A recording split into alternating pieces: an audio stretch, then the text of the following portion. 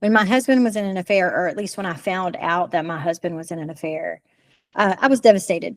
And I did all the spiraling that you can do. I mean, I was definitely upset. In the beginning, I cried, I pled, I begged my husband to reconsider and not go be with her and to stay with his family. Like I did all the wrong things. I texted him over and over and over again. I tried calling him to try to convince him because I was devastated and all those emotions were coming up to the surface. And I am by nature not an overly emotional person, but all the emotions came up. Okay, that happens. I understand. But then as time went on, the things that I was doing initially were only making the situation worse. So let me give you some examples. I'm going to give you a heads up to help you not do the things that I was doing. One of the things that I began to do is remind him of the vow that he took. I began to say, you said that you would never leave me. You said that you wouldn't abandon me. You said that you would love me forever. Where did that go? I began to Google things like how affairs or divorce affect children, and I began to show that to him. And really, what I was trying to do is guilt him or manipulate him into reconsidering how he felt and or what he was doing. And all that did was actually push him closer to her. Another thing that I did was try to convince them that he didn't really love her, especially when I found out what limerence was. I began to say, you don't really love her. It's not true love. But the emotions that they feel when they're in limerence are so strong that they actually believe that it is true love. And so here I am telling him, you don't really love her. You really love me. And he's looking at me like I'm an alien because he's like, no, I feel this intense emotion for this person.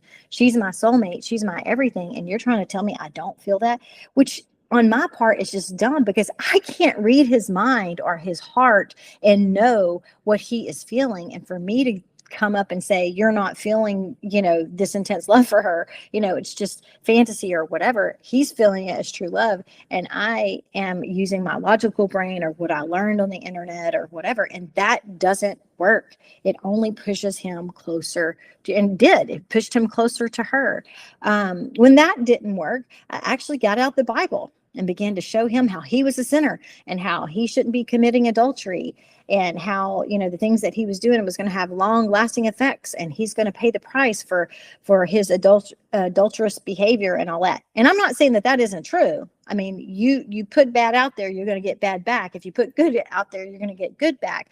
But for me to take the Bible and try to manipulate him spiritually into coming back to me, it just didn't work. None of that worked. And I think one of the last things that I did was I just overly doted on him. I tried to earn his love back. I became so sacrificial, really almost to my own detriment. I was neglecting things that I shouldn't neglect because I was trying to, show up for him and do all these things. He's telling me he doesn't want a wife, and I'm doing all these wifely things like cooking and cleaning and doing his laundry and, making his life easier. And he's like, I don't want a wife. I don't want a wife, and I'm doing all these things and none of that worked.